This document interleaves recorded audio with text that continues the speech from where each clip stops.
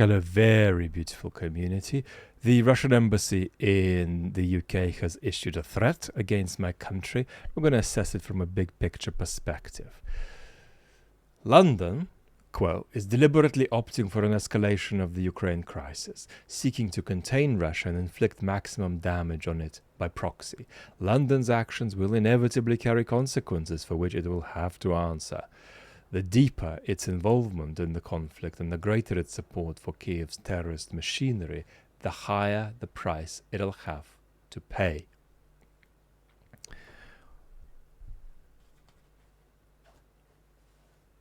Let's do the prosaic bit about what the actual threat is, if anything, second, and do big picture first.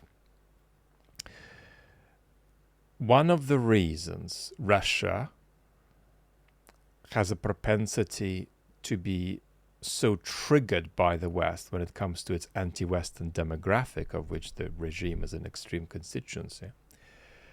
One of the reasons there's such a propensity to be triggered is a kind of not only valorization of the West, but a dependence on the West.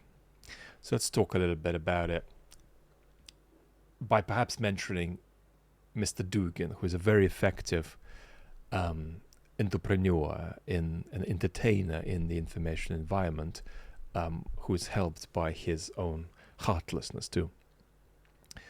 Now, Mr. Dugin is vehemently anti-Western, but he can only articulate his anti-Westernness by relying on Western resources. Mr. Dugin, why is the West so bad and Russia so amazing? Well, it's because Heidegger. Mr. Dugin? Yeah, Heidegger.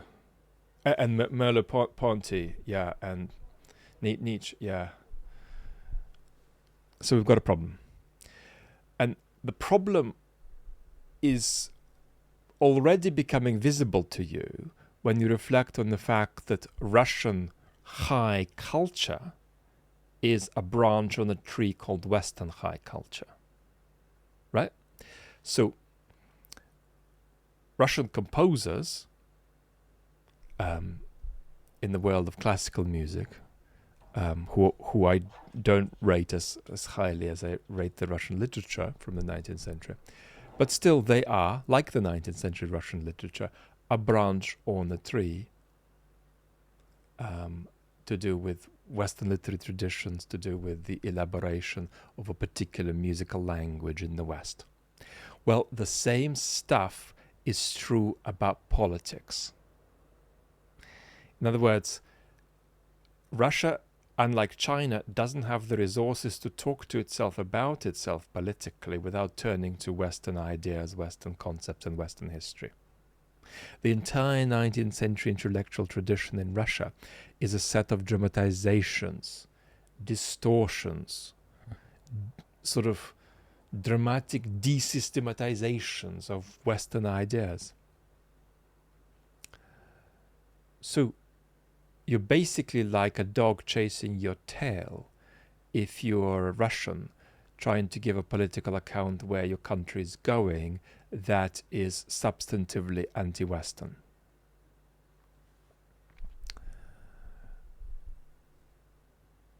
Now, one way they try to get around that is by sometimes claiming, as the regime sometimes does, and Dugin sometimes does, that Russia is more Western than the West. That they don't have a problem with the West. They've just got a problem with the West that's derailed itself and stopped being the proper West. And maybe Russia can help the West become the proper West, because Russia deep down is more Western than the West. And in our video about the various myths about Crimea in Russian culture and how Crimea gives Russia a special access of proximity to the ancient Greeks that the West Europeans lack, blah, blah, blah. All of that is a story about how we're more Western than the West. And that's a way of getting around this problem of complete dependence. So it's not that Russians, for some kind of reason of a psychic block, can't get over being dependent on Western ideas. It's that Russia just does not have it as a cultural availability to discuss its own political future in non-Western ways. So it's either inarticulate about itself, or it's entirely reliant on Western concepts, Western ideas, Western thought. And there's no way that that can be transacted, except possibly 100 years from now, if Russia has broken up as a state, and there could be some parts of the country that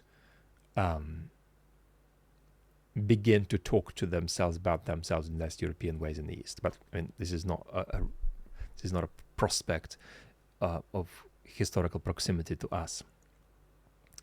So that's very important to say. There's a kind of a dependence that makes the Russians very, very triggered, because they have no way of talking to themselves about themselves that's not Western. Now, the UK, and this is now our next point, is especially triggering for Russia because of various myths about its effectiveness and conniving nature that's expressed itself across history in various ways of getting Russia badly. And so it doesn't matter if Germany gives more military aid to Ukraine in total than the UK. The UK is going to trigger the Russians much, much more. And the UK is also allied with the United States in that imagination, with these Anglo-Saxons going around ruining everything for Russia. And some of the people peddling this discourse actually half believe it as well. So they really do have a bee in their bonnet about the UK. And that's another part of the story that's worth emphasizing. So this is not just a kind of an objective derivative of their estimation of who's given how many weapons to Ukraine and how many UK drones have flown into Russian territory. Now, what do we make of the actual threat? Well, as ever with Russia, the threat is itself meant to be a political instrument that, through theatricity and ambiguity, encourages Brits to dial down their support for Ukraine and aggression against the Kremlin as the Kremlin perceives it. And we've made a video about Russia's red lines and Russia's use of red lines as a post-truth tool of manipulation. So I won't repeat that. I'll just shove that video here at the end for the few of you who haven't seen it. It's about a 5-minute video from a couple of years ago where I describe this process. So I won't repeat that now. That doesn't mean, of course, that Russia doesn't have actual red lines. But about that, we can say two things. That partly the Kremlin is a sufficiently informalized regime that it doesn't itself know its red lines. And secondly, whatever its red lines are, they're going to be tied to their existential perceptions about their own place in power. Right? That's why, for instance, we had endless conversations about the unbelievable indifference of the Kremlin to the acquisition by Ukraine of a bit of the Kursk Oblast, because nothing in that in any way threatened Putin's power. So the Kremlin's red lines are to do with Putin's stay in power, the stability of the regime, and therefore, by extension, Mr. Putin's biological survival. But exactly how that mechanism works, I'll leave you to discover in that main channel video if you have, for the few of you who haven't caught it. What's the actual threat against the UK? The actual threat against the UK is the escalation of hybrid war by Russia. Is that threat real? Yes. Is that threat likely to dramatize? Yes. Are the Russians keener to not make too many splashes about sort of escalatory actions against the West until the election is done. Yes, it's a very important relegitimation ritual, so that they're not keen to create too many splashes until that's over and the regime has passed the test. And the test is the appearance of near unanimous support by the people for the regime, for the benefit of the people and for the benefit of the regime. After that, especially the more sticky the situation gets for Russia, we can expect Putin to reach for levers of escalation, one of which is dramatization of hybrid action against the West.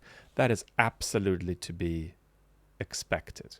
However, it doesn't follow from that that there's some kind of direct threat of Russia starting a war against the UK. History has no laws, and so we can't eliminate possibilities. But it's something that one wouldn't be anxious about if one were rationally reflecting on the situation in the UK. So there's no rational reason for any high level of anxiety of Russia starting sort of direct kinetic military action against the UK. But many things in the grey hybrid space are, of course, a concern, and we expect those to get worse. And it's also a conversation what we do about that, what we do in response to that, what we say about that, how we speak to ourselves about it. And even with some of the hybrid action, one of the aspirations is to trigger a conversation about the hybrid action that generates conflict and dispute about both what it is and what we should do about it that is harmful to UK democracy. So there's always this need for all of us to keep in mind how political the aspirations of various kinds of war and hybrid war Russian actions, the political aspiration to much of this. Enough delayed on the main channel video for health reasons. It's going to come soonishly, I hope, and anybody who hasn't caught the red lines explanation, I'll shove it here and talk to you very soon, beautiful community.